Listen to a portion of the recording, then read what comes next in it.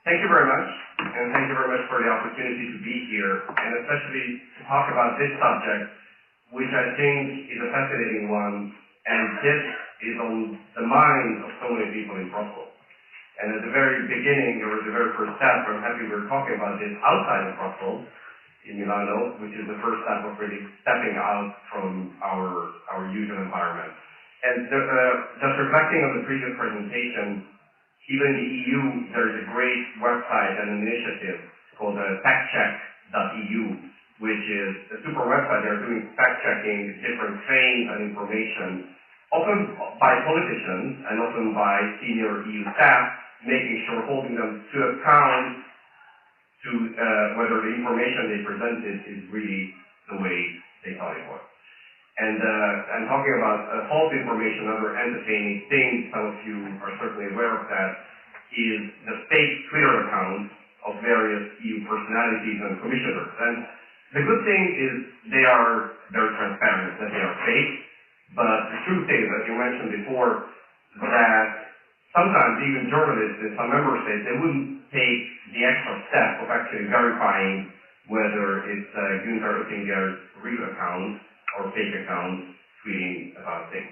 And well, that's probably the due diligence that journalists should do.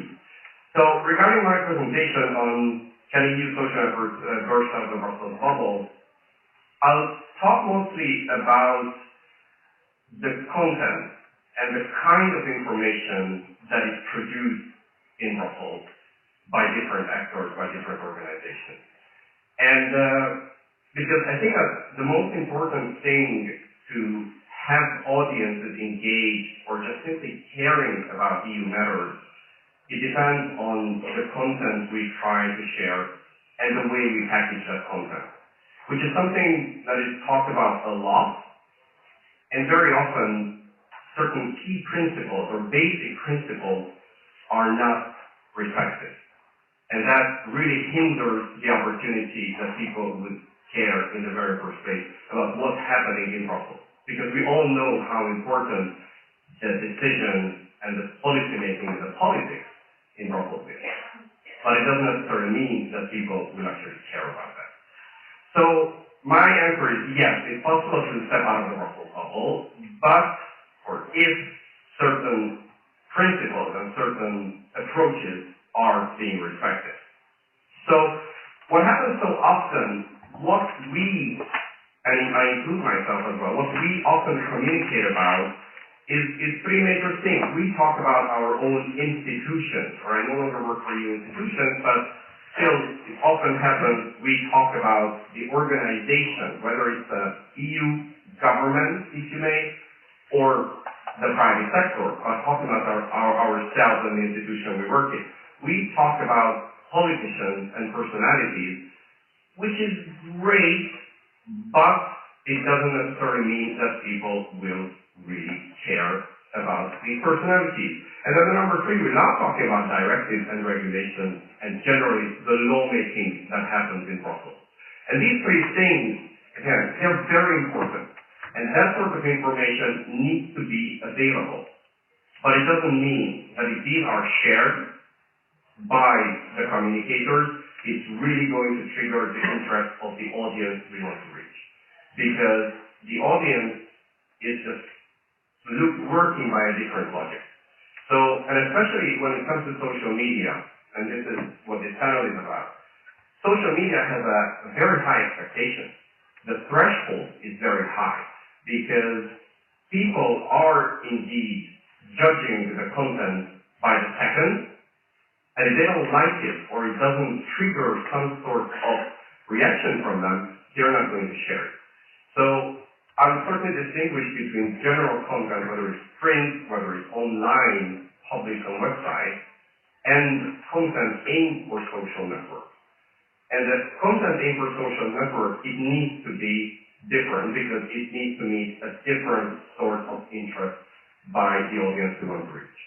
So going further, a couple of examples of what gets shared actually on social media. And I do rely on Luke Baker. Some of you may know him. He used to be the writer, the Brussels bureau chief in Brussels, and now he's posted in the Middle East. But Luke was very active on social media, and especially in Brussels, and he shared a lot of things which gained some traction, even beyond his immediate circle of interest. So I picked a couple of photos, images, and things that he shared. So here's one, which was when President Obama visited Brussels, and it's a montage. The upper picture says how the American president arrived, and the lower one says how the Dutch prime minister arrived to a meeting.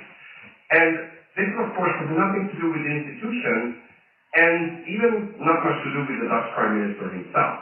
It's just simply a kind of topic which is actual and which related to the U.S. president's visit, still talking about, if you may, European affairs in a certain sense, but from a very different perspective.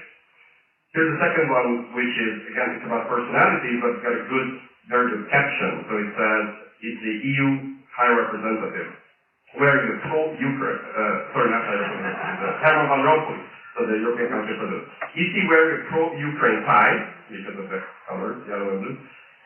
Mogherini looks ready for Hollywood, and Tusk looks ready to Polish and English. So, the great thing in this picture, we're talking about three main European politicians, but the caption added a bit of spice to it. And that made it shareable, and if you just look at 38 retweets, well, depending on your perspective, this is not a selfie by Hollywood stars, but still, it did gain some traction. And then going further, again, this is something which is very, very well known. Video, it was a montage, 1 minute of film lovers would love this, of, slightly erotic scenes from movies which were financed from EU funds. And then again, this little video montage, if you look at the right corner, over 9 million views. It touched on something that people did share it, and it does talk about Europe, if you may, and how Europe finances culture, and how it finances filmmaking, but from a very, very different angle and in a different packaging. And then going further, another one of my favorites is, here we have American, and the camera says, it kind of looks like Dave and Angie went to IKEA together. So, sitting on this couch, and somebody even did a montage on this with captions in Swedish of the different pieces of furniture that you can see in the background. So, then again, it's a light kind of information. This is not about procedures, this is not about regulations, but it still talks about politicians or personalities in a special way. And here's one concerning Italy. I picked this one about how the European Council has coffee and just the variety and the diversity of European leaders that some people want to have macchiato, others espresso, lungo, etc., etc. There's an earlier version of the same cartoon of how Europe has increased in diversity since 1957. And then the last one, which is something that I actually did with my brother-in-law, which is, it was pretty fashionable 2 or 3 years ago, this sort of images where you have a topic and you have 6 perspectives on the same topic of how different people see the same issue. So we sat down and in 2 hours we did this about EU officials. And I know some EU officials are in the room, so curious to hear the feedback. The point here is at the top left you see what my mom thinks I do, and then what my friends think I do, what society thinks I do, what my boss thinks I do, what my wife thinks I do, and what I actually do. And a lot of people suggested that some pictures should actually be swapped and mixed up, but I think that this, in and by itself, again, a very light content. This is not about anything really serious, but it does give a certain impression, and this was shared I think several hundred times, and it's gained a lot of popularity. So even until today, I'm not sure it's really the case, but at one point it's in Google Images. So not in the main Google search, but Google Images, you type EU officials, this was the first hit. I don't know how many people search for this term, but still, just in case. So this is the kind of thing where we do talk about politicians, we do talk about Europe in a bit indirect manner, but we talk about it. And this one actually got shared a lot. And the question is, why? So what's common in these pictures?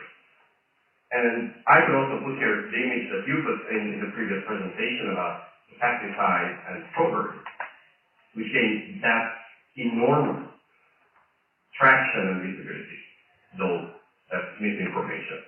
And my answer was from a couple of key principles, and this is just a short presentation to give a sort of thought-provoking ideas and a bit of a teaser.